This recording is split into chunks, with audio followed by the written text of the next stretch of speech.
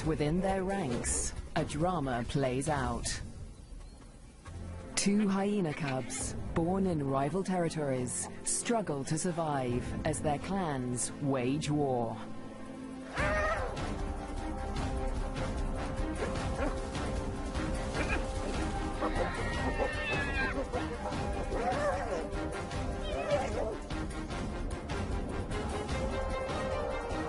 In this volatile world, will two new lives endure? The Lua Plain, flat, dry, merciless. Temperatures soar and water is scarce.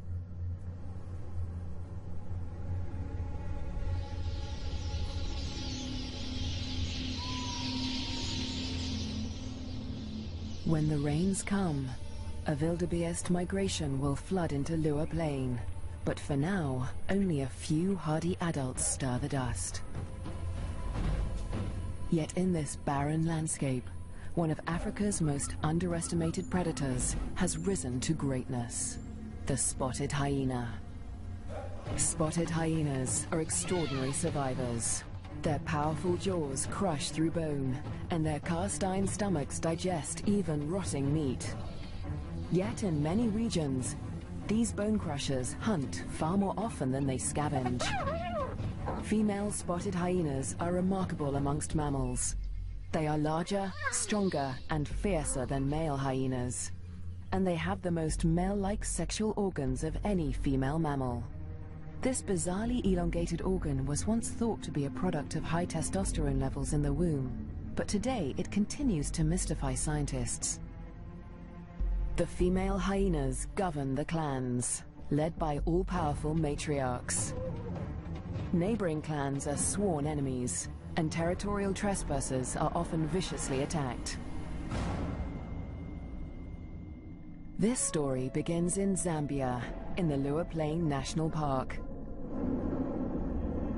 where spotted hyenas reign as the top predators. In the heart of the park is a thriving hyena clan. The clan's leader, the matriarch, lures her youngest cub from a burrow. It's a tiny female named Nasanta, and today the little cub meets her clan for the first time. For 2 weeks, the newborn lay hidden in a burrow away from this main den, but now she is old enough to join the clan. Nasanta raises her leg in the typical hyena greeting, allowing her clanmates to identify her distinctive scent. The clan will recognize her by this smell, and she in turn must learn to recognize theirs.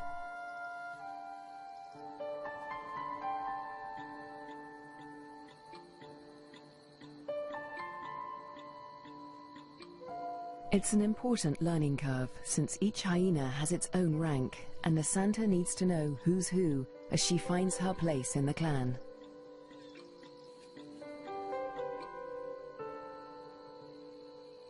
Fortunately, when it comes to rank, Nasanta has a head start. She and her twin sister get more than just milk from their mother. As cubs, they also inherit her superior status. As the matriarch, their mother ranks highest in the clan and enjoys the support and protection of all of the clan's dominant females.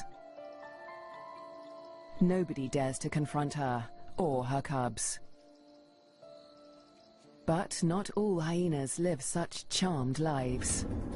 4 kilometers to the southwest is another clan, Nasanta's clan's greatest rival. This clan abounds with cubs. Most are the offspring of the high-ranking females, but one among them is different. His name is Twambo, and he is the son of a low-ranking female. Like Nasanta, Twambo inherits his mother's rank, but this time, it's not a blessing. Low-ranking hyenas are often bullied by the clan, and with his mother's rank, Twambo will be a target. His mother will care for him, but she won't dare to defend him from the more dominant females or their cubs. Behind her lies Twambo's father. He's the alpha male, the top-ranking male in the clan. But all spotted hyena males are subordinate to the females. He ranks even lower than Twambo's mother. Twambo will get little support from his low-ranking parents. He'll have to face his clanmates alone.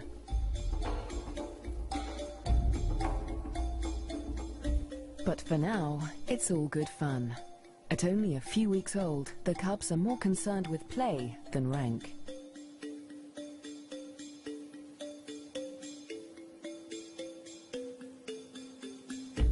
For Twambo, the worst is yet to come.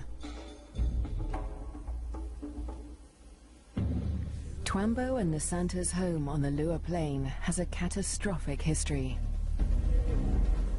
For more than 100 years, the Lozi people have lived in the Lua Plain National Park amongst the wildlife, conserving and protecting it by order of the Lozi King. But a decade ago, around the turn of the 21st century, everything changed. A scourge of poachers invaded Lua Plain. Weapons streamed in from war-torn Angola, and a massacre was unleashed. Lions were targeted for their valuable skins, the herds for their meat.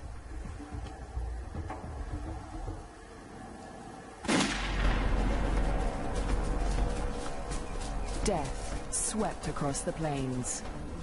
Thousands were slaughtered. Lua's wildlife populations were devastated. By 2003, the hyena's gravest enemies, lions, were all but obliterated. Only one known lioness survived, probably the last of her species in the region. But the poachers spared the spotted hyena. With its blotchy coat, it made a poor trophy, and its meat was worthless as food. With the threat of lions eliminated, the spotted hyena came to dominate the Lua Plain. But life in Lua today still has its challenges. The last weeks of the dry season are excruciatingly hot. The landscape distorts behind a haze of heat. But today, Twambo's mother senses a change.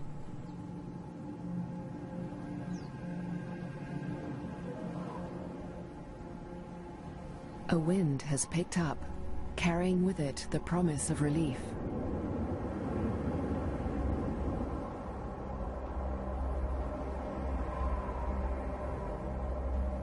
A storm approaches.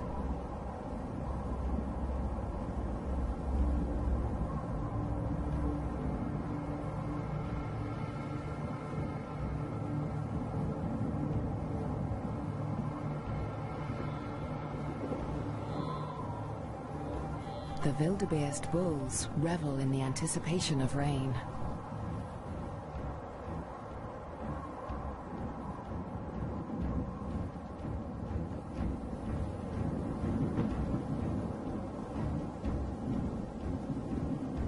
But this storm harbors a deadly threat. Fire. Flames tear through the dry grassland at terrifying speed, heading straight for Twambo and Nasanta's dens. The cubs are too small to outrun the blaze. If the fire reaches the den, they could suffocate in the heat and smoke.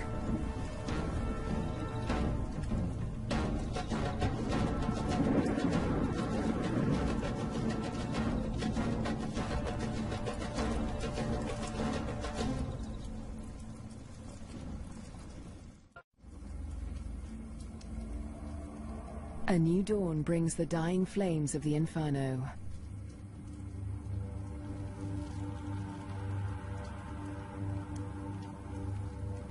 The blaze scorched the land around Nasanta's den before the wind turned it away. The cubs are safe, but they look out on a desolate landscape.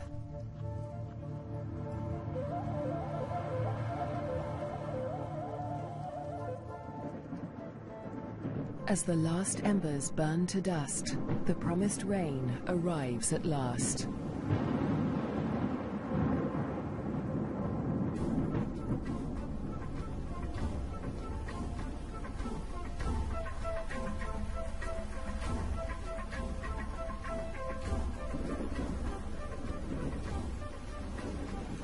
The cool downpour provides long-awaited relief from the heat and brings about a spectacular phenomenon on the plain.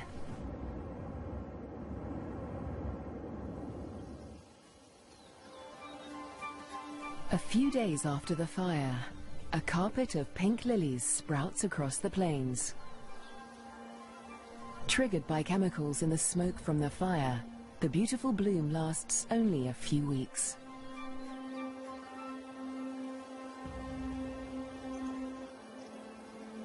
In the meantime, Nasanta's mother, the matriarch, needs to find food.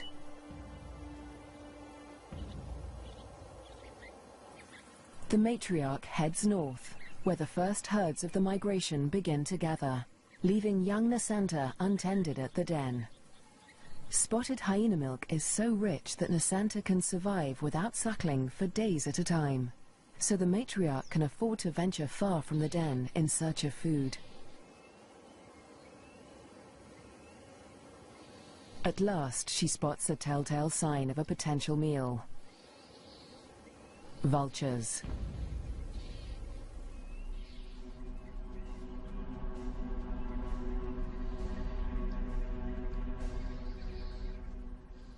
Her suspicions are soon confirmed. A wildebeest bull lies injured in the grass. The matriarch is the first hyena on the scene, but she is not the only predator. This bull is the victim of the last lioness in Lua Plain. The matriarch tries to move in on the bull, but she's unnerved by the lioness. A conflict with a big cat could be fatal. The hyena keeps her distance as the bull quietly dies, not willing to provoke a conflict while the lioness remains nearby.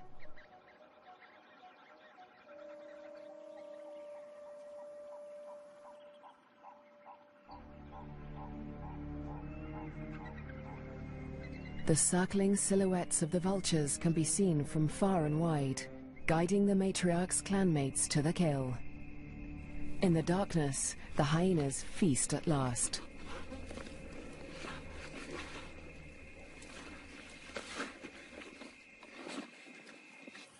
At daybreak, Nasanta's mother and her clanmates return to their den.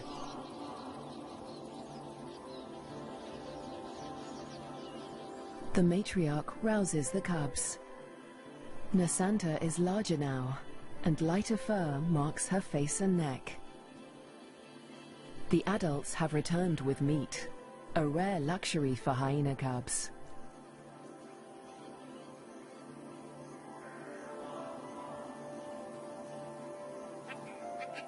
It's the highest-ranking cubs that commandeer the scrap.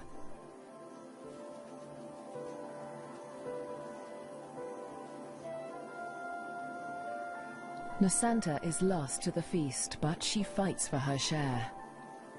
The other top-ranking cubs are stiff competition, and they won't let lower-ranking cubs anywhere near this scrap.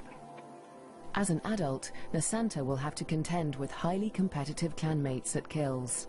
She must learn to eat fast or lose out, since a clan can reduce a carcass to scraps in less than 20 minutes. She will still suckle her mother's rich milk for about a year, but this new taste for meat is the beginning of Nasanta's transformation into a deadly and efficient predator. The Lua Plain is undergoing an extraordinary metamorphosis. In the coming days, the rains fall in an almost continuous deluge, the beginning of an annual flood that will cover much of the plains in water. Dusty depressions become waterlogged marshes, and life floods into the plains.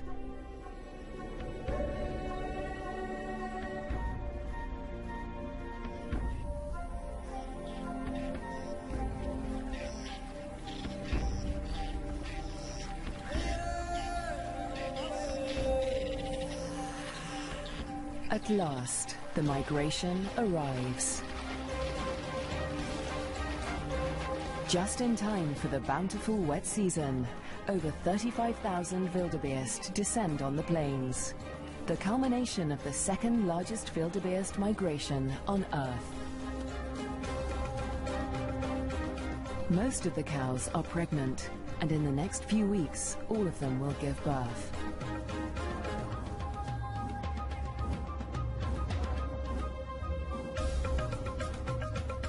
The calves make easy prey, but the sheer number of them ensures that many will survive to adulthood.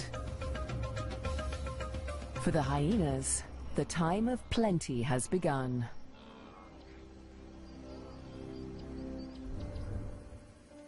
Meanwhile, at the den to the north, Nasanta is finding her place in the clan. She marks the grass around the den with a distinctive scented paste from glands beneath her tail. The adults use this pasting to mark their territory. For Nasanta, it's part of the process of establishing her rank.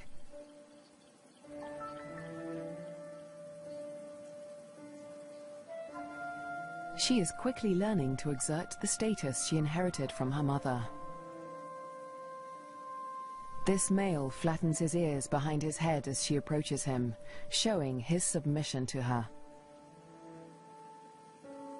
Nasanta lifts her leg in the typical hyena greeting, allowing him to recognize her distinctive scent. Most of the adult males here are immigrants from other clans who joined Nasanta's clan to find a mate. They forfeited the rank they inherited from their mothers when they left their own clans, falling instantly to the bottom of the hyena hierarchy.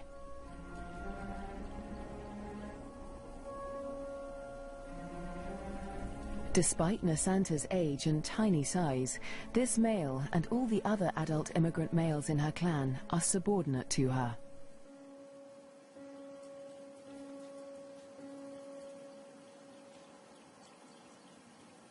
The tiny cub holds such sway because her mother backs her up.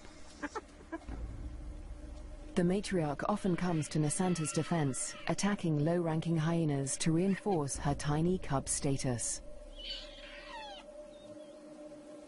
The male is now in a precarious position. He must show absolute submission if he is to avoid an attack.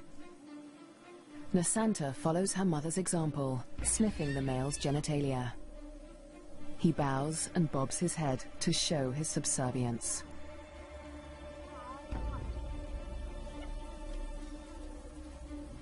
But the clan females are not convinced. They join the interrogation. Fearlessly, Nasanta stays in the thick of the fray.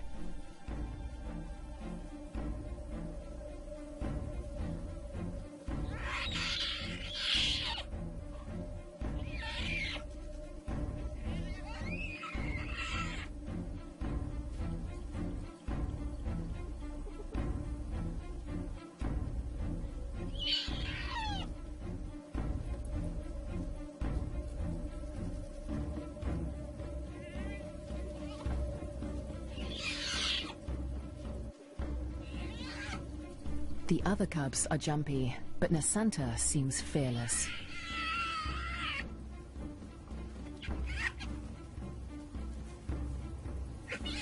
With the protection of the matriarch and the clan females, no hyena would dare to hurt Nasanta. 4 kilometers to the southwest, Twambo is not faring quite as well. He's also growing up fast, with the first spots showing through his black coat. But unlike most of the other cubs, Twambo is a loner. As the cubs get older, they become more aware of each other's ranks.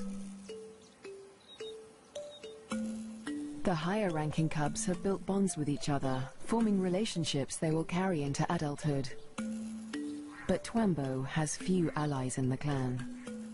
When the other cubs do take an interest in him, it's usually to beat him up.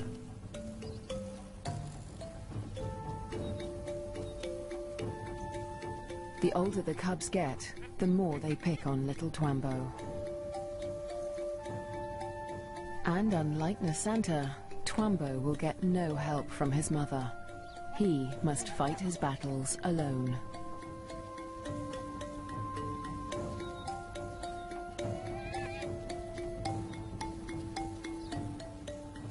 In the meantime, Twambo's mother has other things in mind. It's time to leave the cubs to hunt. There are many mouths to feed. The clan needs a big kill. Tonight, the hyenas will hunt as a pack.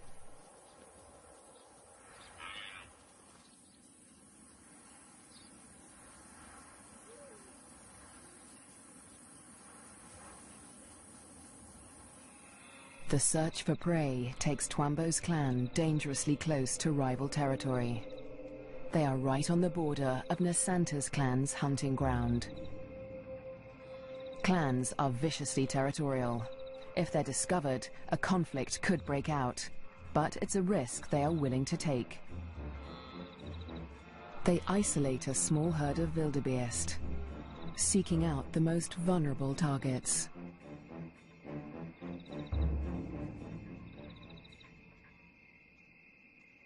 The clan charges the herd.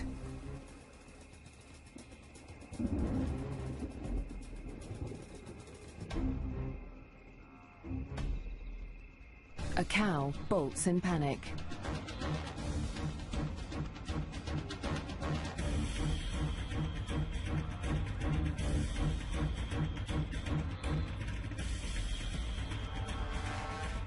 A calf is separated from the herd.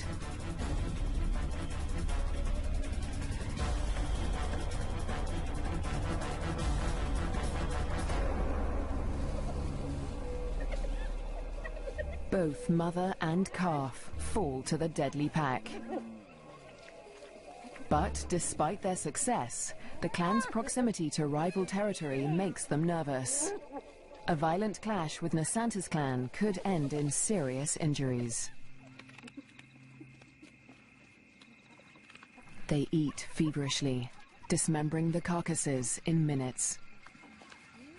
The powerful jaws crush down with almost half a ton of force, tearing through bone and flesh with ease. Despite the feeding frenzy, the hyenas are anxious to avoid being discovered by their rivals. They try to drag the kills back into their own territory before they are spotted.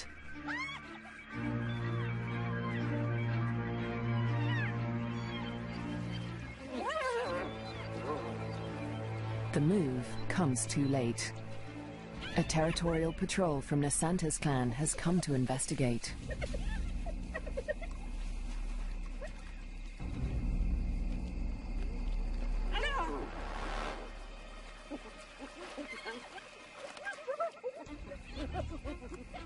The scouts approach with caution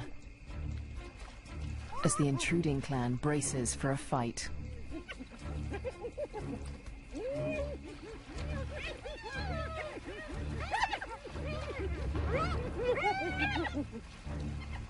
Tensions are high on both fronts.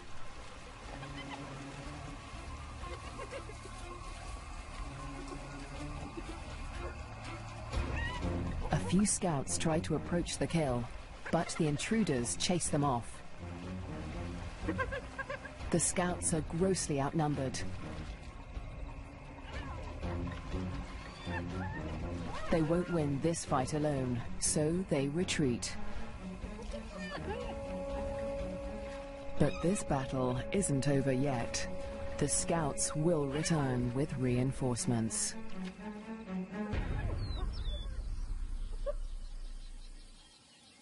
As dawn breaks, Twambo's clan continues its feast.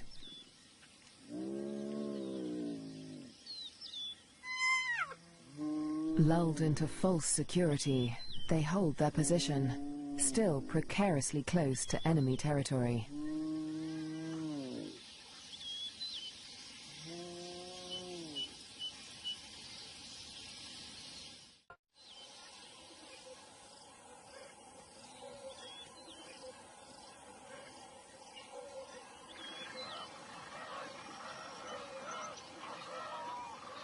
By mid-morning, the dregs of the kill are left to the lowest-ranking hyenas of Twambo's clan, who saw little of the lavish feast during the night. But they have overstayed their welcome. The scouts from Nasanta's clan have returned with reinforcements.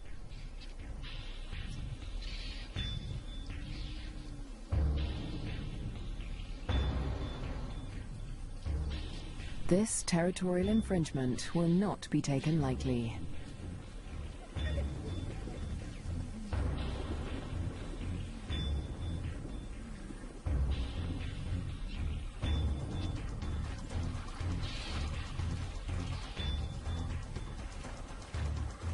The intruders recognize the danger too late.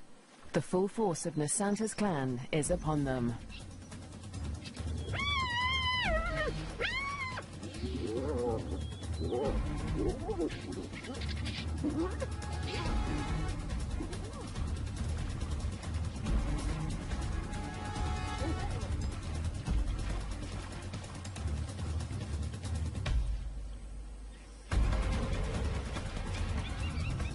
Twambo's father, the intruding clan's alpha male, is in trouble. A large female from Nasanta's clan is close on his tail.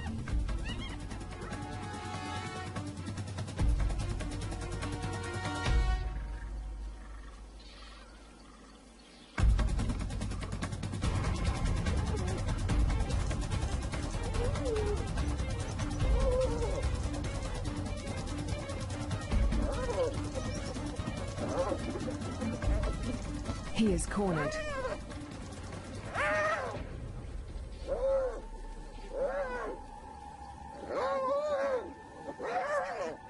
The fierce females show him no mercy.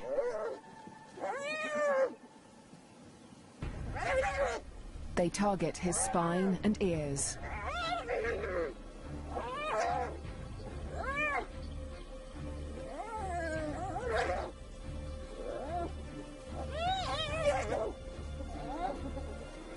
This is a fight for his life.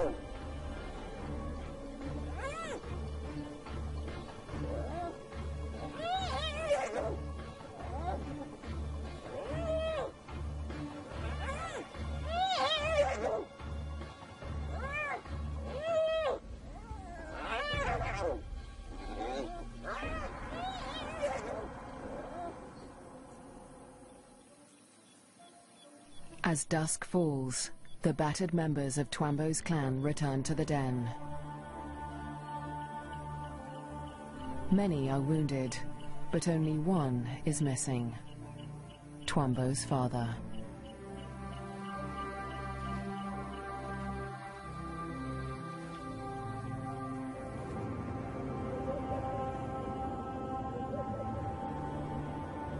Weeks pass before he finally appears, limping and disfigured, but alive. His wounds have healed, but they will mark him for life. His ear has been ripped from his head. But the alpha male's injuries are not the worst of the fight.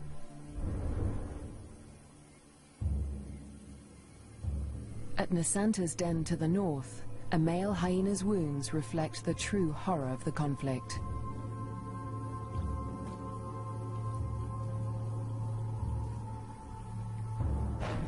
His nose and lips have been ripped from his face, healing into a permanent snarl. Next to humans, hyenas are probably one of the most fatally aggressive animals on Earth. One day, Twambo will have to breach this deadly territorial rivalry when he leaves to find a mate in a new clan.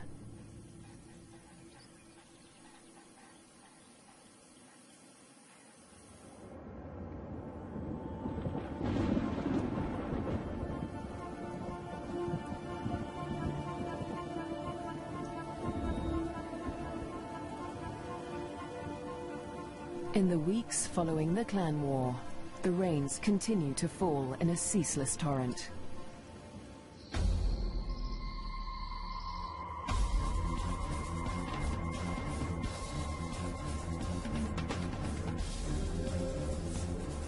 rising waters swallow vast tracts of land.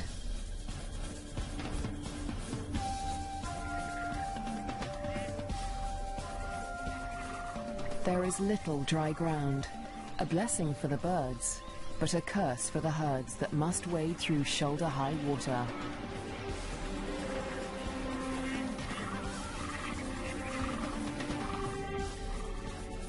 The flooding encroaches fast on Twambo's den. The adult hyenas seem to enjoy the quagmire, using it as a pantry in which to store scraps for future meals. But the cubs cannot swim as well as their parents. If the waters reach the den, they could drown. For now, the den is still dry, and Twambo and his clanmates are safe. Twambo is starting to look more like the adult hyenas. His once black coat is now a spotty mane of brown fur, and he has more than doubled in size. But his low rank remains a problem. Even the smallest cubs still actively pick on him.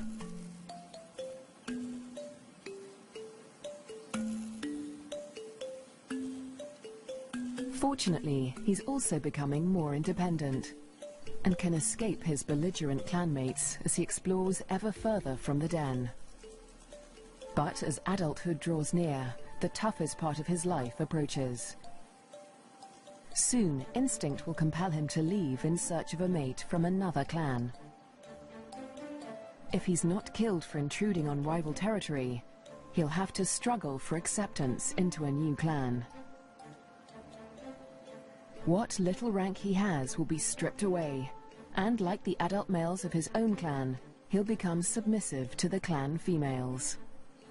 Unprovoked attacks and exclusion from kills will become commonplace. It's a hard life, but life without a clan is harder. Alone, he may struggle for food. His ability to draw nutrition from even the oldest bones may become a matter of survival. At the clan to the north, Nasanta and her sister will not suffer this fate. As high-ranking females, they will never want for food. In fact, unlike Twambo, they will often be the first to feed at kills.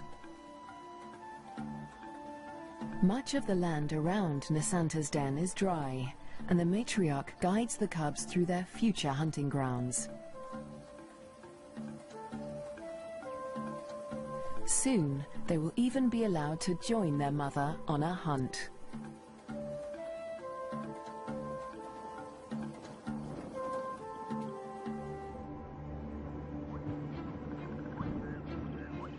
At nightfall, the rains begin anew. Catfish squirm through the flooded Lua Plain as the waters rise ever higher.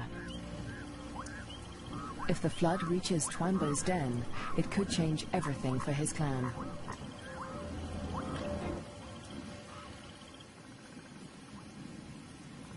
The downpour continues into the morning. A female from Twambo's clan returns to the den, but her clanmates are gone.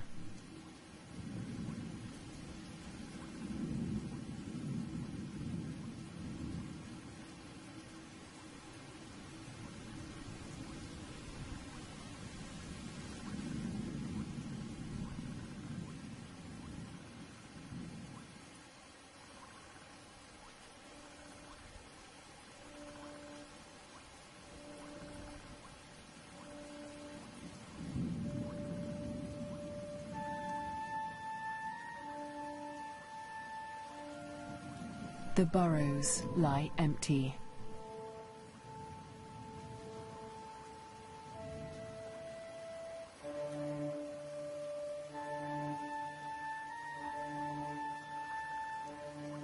The waters have crept within meters of the den.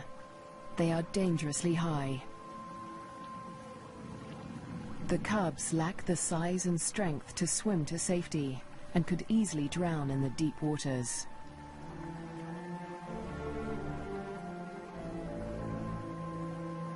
Cut off from dry land, the den could become a death trap.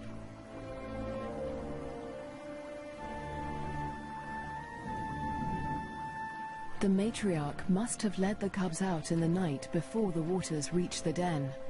But this female has been left behind. She will have to search for the clan on higher ground, or try to survive without them.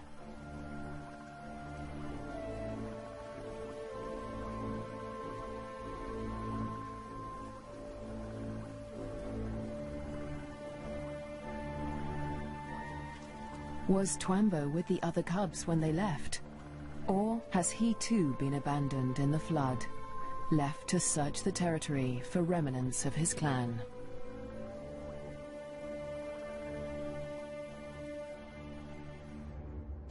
Years pass, and the fates of Twambo and his clan remain uncertain. Dry seasons come and go, and each year the plains flood anew. Nasanta continues to flourish as she grows into a high-ranking adult. But today, something unexpected happens. A stranger appears, a hyena foreign to Nasanta's clan. It's Twambo. He survived the floods and has grown to adulthood. He's on his own now, searching for a mate and a new clan. He's been drawn here by the scent of a female in season. That female is Nasanta, and Twambo gets her attention. He's an intruder in her territory, but she doesn't attack him. She'd rather claim him as a mate. New genes in the clan are a valuable asset, and nomadic males are often favored as mates over resident males. With Nasanta's approval, Twambo's intrusion is allowed by the clan, for now. But there is one hyena that disapproves of the match. He is a high-ranking male from Nasanta's clan, and his hopes for mating with Nasanta have been dashed for now by Twambo's unexpected appearance. The pair retreat to avoid a conflict, but the scorned male follows them, intent on challenging Twambo for mating rights. A long-distance chase begins.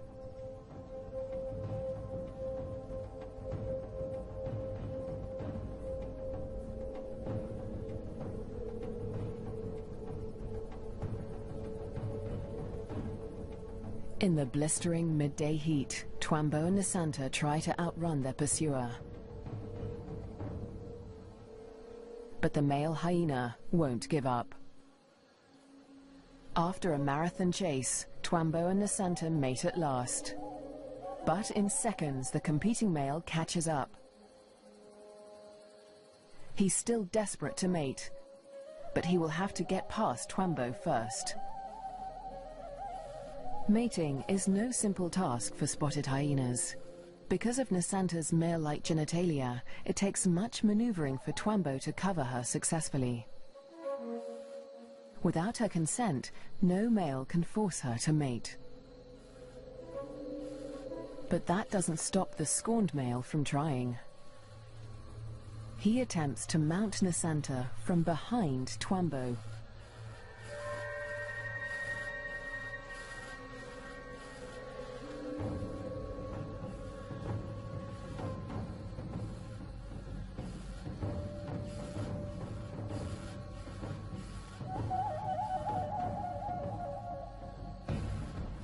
At last, the male accepts defeat, leaving Twambo and Nasanta to complete their courtship in peace. But when the mating ends, so too does the clan's tolerance for Twambo. He must still gain acceptance into Nasanta's clan.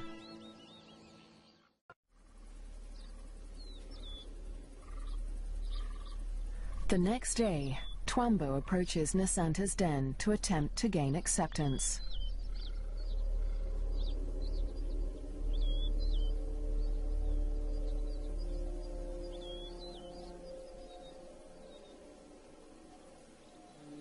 The dominant females immediately investigate the stranger. Twambo flattens his ears and bows his head to show his submission. But it's not enough for them.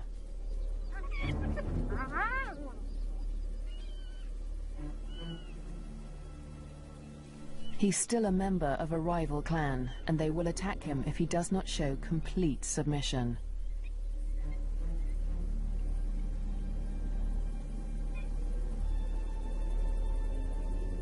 In order to gain acceptance into the clan, Twambo must also win the favor of the matriarch, Nasanta's mother. She is nursing a new litter of cubs, and she'll protect them at all costs, especially from strangers like Twambo.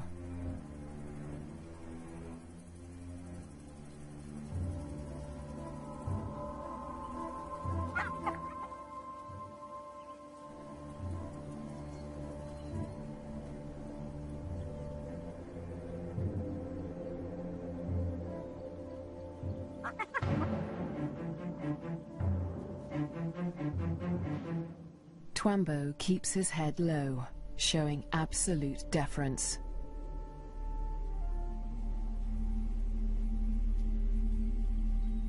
The tactic works. The matriarch relents.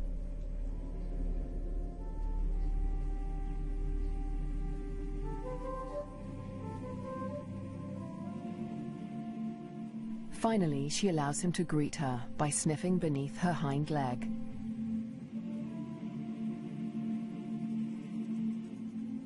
He does the same to her cubs, who will rank above him in this clan.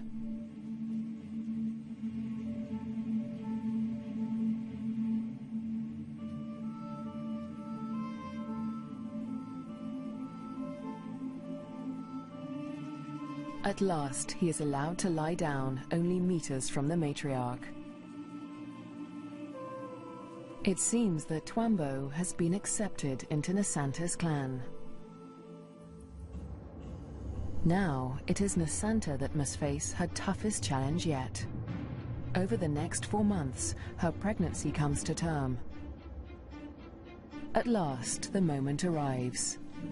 She sits at the entrance to a solitary burrow, where only days before, she survived an excruciating birth. Because of her unusual male-like genitalia, a female spotted hyena's first birth is always extraordinarily painful. Stillbirths are common, but Nasanta's one tiny female cub survived. Like her parents, Twambo and Nasanta, this cub will have to endure life on the lower plane. She'll be spared from a life of bullying like Twambo's because she'll inherit Nasanta's high rank. But she'll still have to survive desperate drought, torrential flooding, natural disasters, and vicious rivalries with other clans.